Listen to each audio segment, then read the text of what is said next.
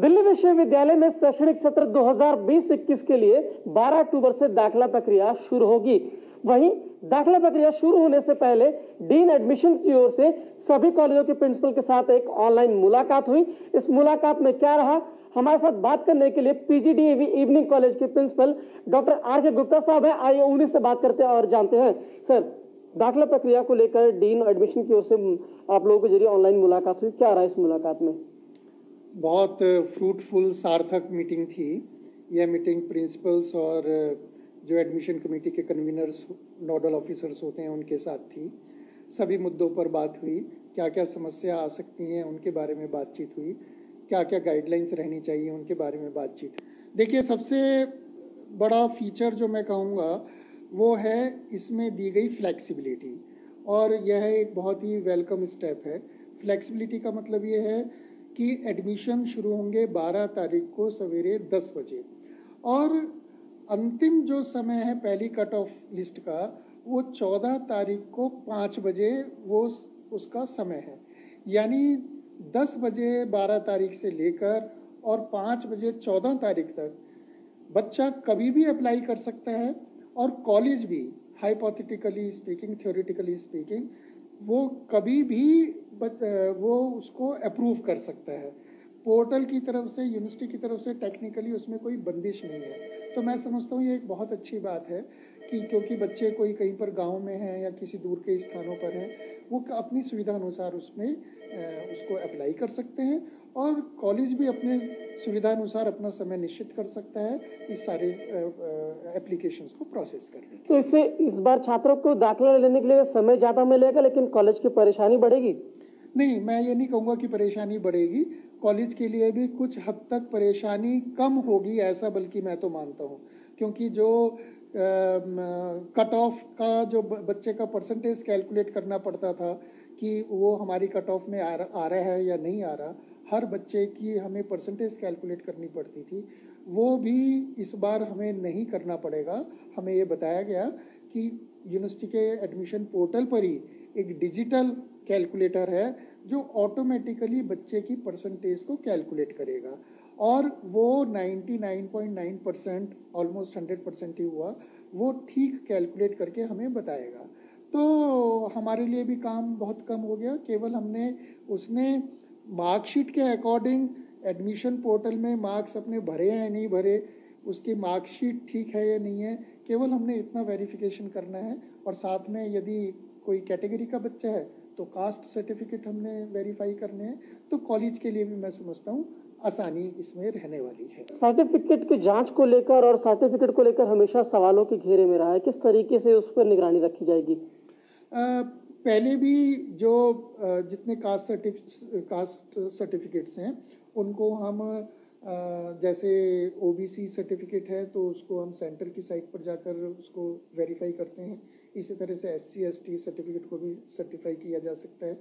और जो मार्कशीट है जिसके बारे में कई बार जो आपने सवाल पूछा कि कुछ बच्चे ये गलत तरीका अपनाते हैं, तो मार्कशीट के लिए जो डिजिटल लॉक है, डिजी लॉक है, जो ज़्यादातर बोर्ड्स ने अब उसको अपना लिया है, तो डिजी लॉक में भी हम जाकर वहाँ से उस बच्चे की मार्कशीट वो वेरीफाई कर सकते हैं, और हम करेंगे, ये मैं आपके माध्यम से बताना चाहूँगा। क्योंकि डिजी लॉक ही वो एक माध्यम है। मार्कशीट मान लिया कोई बच्चा गलत तरीके से कोई गलत बनवाता है, जाली बनवाता भी है, लेकिन डिजी लॉक में तो उसकी ओरिजिनल मार्कशीट होगी क्योंकि वो बोर्ड इशू करता है। तो इसलिए उस डिजी लॉक की मार्कशीट से हम वेरीफाई करेंगे, और इस माध्यम से यदि इस तरह से कोई बच्चा गलत काम करता है तो वो निश्चित रूप से वो पकड़ में भी आएगा और हम उसके खिलाफ कार्रवाई भी करेंगे।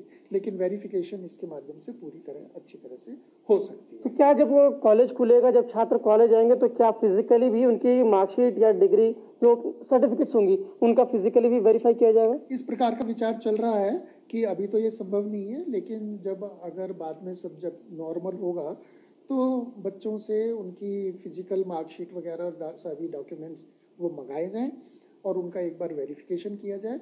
चाहे हम एक बार वेरिफिकेशन करके फिर वो ओरिजिनल्स उनको वापस दे दें, लेकिन एक बार वो किया जाए, इस प्रकार का विचार चल रहा है। फाइनल डिसीजन अभी होना है। सर, लेकिन एडमिशन के दौरान अगर किसी छात्र को किसी भी प्रकार की परेशानी आती है तो उस परेशानी से निपट छात्र को समस्या को दूर करने के लिए क्या प्रावधान रखे जा रहे हैं? बहुत ही अच्छा आपने प्रश्न पूछा है, क्योंकि एज पेरेंट भी और एज गार्जियन भी और एज कॉलेज एडमिनिस्ट्रेटर भी हम सभी लोग बच्चों के हित में ही काम और करते हैं। बच्चों को किसी तरह की परेशानी ना हो, तो इस सारे प्रोसेस में यदि कहीं बच्चे को लगता है कि किसी प्रकार की कोई ग्रीवेंस है, कोई शिकायत है या किसी प्रकार की कोई उसको मदद चाहिए, तो कॉलेज लेवल पर हेल्पलाइन और ग्रीवेंस कमेटी वो बन रही है, हमने बना भी दी है।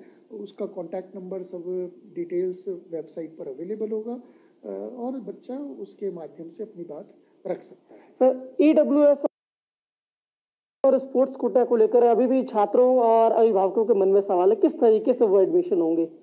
ECA का शायद आप जानना चाह रहे हैं। ECA और स्पोर्ट्स कोटा। हाँ जी, हाँ जी। स्पोर्ट्स कोटा और ECA में इस बार ये कोविड की वजह से ही कोई फिजिकल ट्रायल वो नहीं होंगे।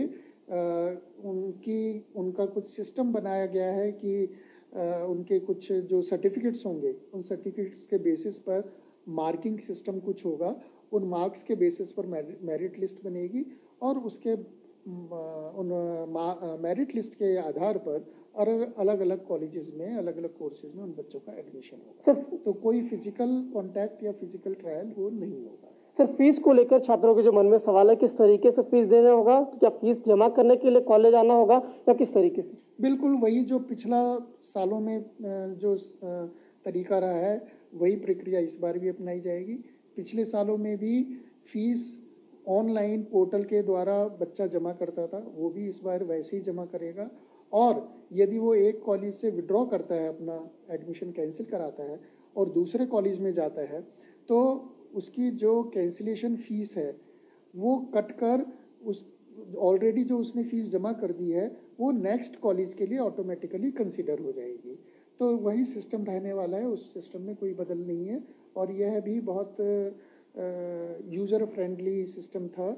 जितने कॉलेजों में बच्चा मान लिया 2-3 कॉलेजों में अपना एडमिशन कैंसिल कराता भी है, फीस उसकी एक बार उसने जो जमा की है वही आगे प्लस माइनस होकर ट्रांसफ़र होती चली जाती थी और लास्ट में जो उसका बचता था अमाउंट वो उसको वापस दे दिया जाता था या उससे और लेना है तो वो लास्ट कॉलेज में एडजस्ट हो जाता था। ठीक है, तो ये था हमारे साथ PGDAV इवनिंग कॉलेज के प्रिंसिपल डॉक्टर RK गुप्ता साहब, जिन्होंने बताया कि डीन एडमिशन की ओर से जो मुलाकात बुलाई गई थी वह मुलाकात काफी फ्रूटफुल रही और इस दौरान जो भी सवाल थे कॉलेज की ओर से, उन सभी सवालों के जवाब मिले। साथ ही उन्होंने कहा कि एडमिशन के दौरान किसी भी छात्र को कोई परेशानी ना आए, इसको लेकर कॉलेज की ओर से एक कमेटी का भी गठन किया जा रहा है।